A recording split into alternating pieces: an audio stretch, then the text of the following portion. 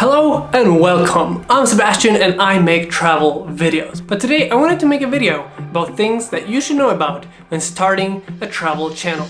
I'm planning to actually make this into a series of videos.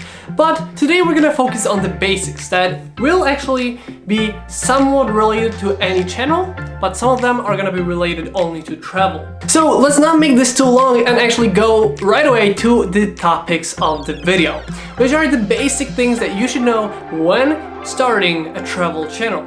Or maybe you already started the channel but still are thinking about things that could be better. First is space out your travel videos.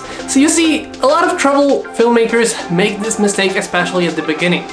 We tend to go somewhere new. We were in Tenerife, for example, and you make those videos. You make as much content as possible, and then you get back home, you start editing, and you want to pump out as much content as quickly as possible.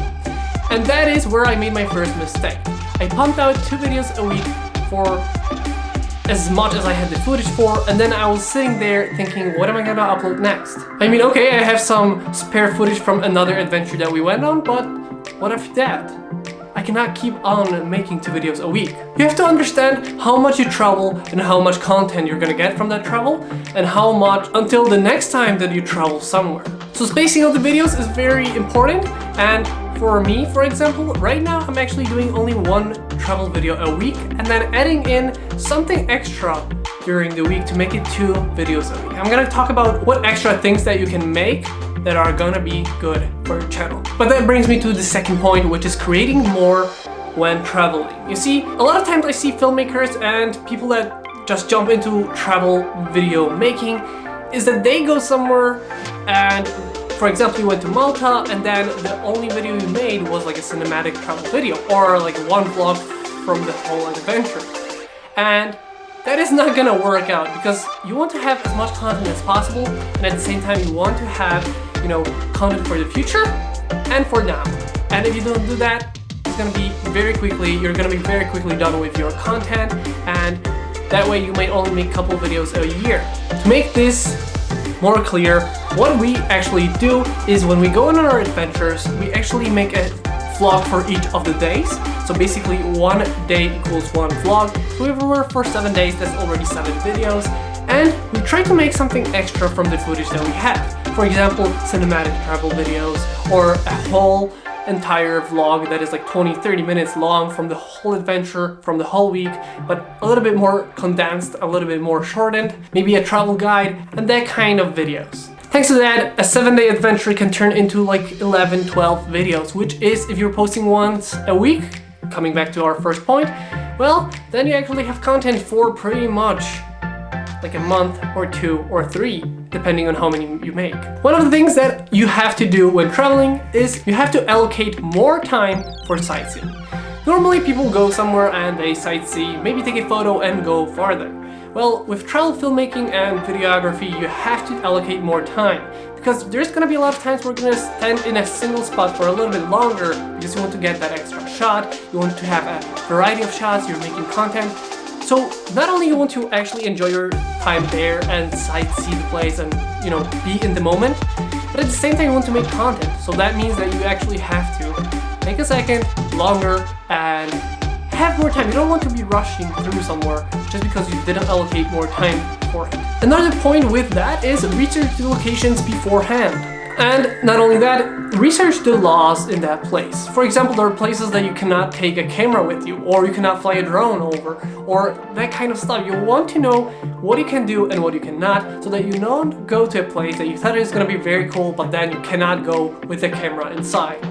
Also, the research part also goes to things like researching the place. For example, in Oceanográfico in Valencia, because I researched beforehand, we knew the exact location we wanted to head to, and because of that, when we headed inside, there was a 5-minute window, there was nobody in the tunnel that we wanted to take photos in, but we didn't want it to be as crowded as it normally is. This tip is actually more for everybody. Thumbnails. You see, you want to stand out. There's a lot of people making travel videos. There's a lot of people making videos in general. So the thing is, you want to stand out of the everybody on YouTube space. That way, people are actually gonna watch your videos.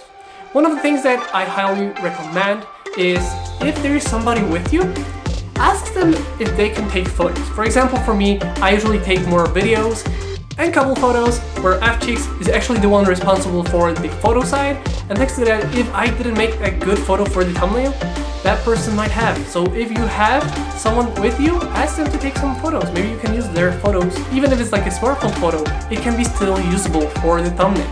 Also, make sure to make it stand out. Maybe research the video that you're making and check out on YouTube if there's a video with the same topic or the same place, and try to make your thumbnail stand out of the thumbnails that you see on the search. Now let's talk about other content that you could actually make.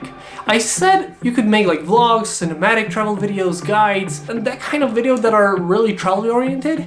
But remember that travel is not only about the travel, there's also the aspect of the camera. For example, I like to focus on the Mondays videos, which are the extra videos that I make. I like to focus on things that are around the channel, like the camera, the tools that I use, the equipment, the editing, the photo editing, video editing, like all that kind of stuff that goes behind the scenes in making a travel channel. Maybe make a review of your lens, like that's kind of things that you can make to not only make it 2 times a week, so more content, but also thanks to that you're not using the travel content that you have, and possibly opening up a bigger audience to your channel. You never know when somebody actually looks for a camera review, but actually is doing travel videos too. So it's gonna be a very good thing for them to see how that is actually in the travel environment. And last but not least, making only travel content is not easy. It's not gonna be easy because if you're starting out, you're probably not on a big budget and you're traveling maybe a couple times a year. And even now where I actually feel like I traveled more, I still travel like 3-4 times max. Like this year was the biggest travel year of my life, and I've traveled to Athens, Malta, Valencia, and Croatia, without counting like smaller trips here and there, but that were like 4 trips. So make sure that you understand that at first it will not be full-time travel. So you're gonna have to make with what you got. And because of that, it's not easy to make only travel content, because if you want to do that, you would have to make more videos, which in turn means more travel, and because of that you would have to invest a little bit more in that, and it kind of goes like that in a circle. And the thing is, you might actually be working, you might be actually attending school, university, whatever the case might be, you might not have the time right now to be traveling as much as you wish you could. So maximize what you have. This is supposed to be fun for you. It's not supposed to be like an extra work, extra job. It should be something that is fun for you to make, fun for you to experience, and enjoy your time doing it. So that's gonna be it for today, but before we end this video, 3 things very quickly. If you like the music in this video or in any other of my work, check out the link down below for Epidemic Sound. If you choose to sign up through that link, you're actually gonna get 30 days free, and after that, if you become a paying subscriber, there's gonna be a kickback for me. Second off, if you want to join the travel community, check out Travel the World. It's a Facebook travel community that you can join and share your thoughts, videos, photos from your adventures. If you want to support this channel, there's 2 ways that you can do that. Check out the link below for my website where you can buy things like preset packs, and soon there's gonna be more products available. Also, if you want to join our Patreon, check out the link below for our Patreon page where you can actually not only support us, but get something back in return, like personalized postcards from the places that we visit. So that's gonna be it for today. So I hope you guys enjoyed this video. If you did, don't forget to like, comment, and subscribe. I hope you guys enjoyed this video once again, and I'll see you next time.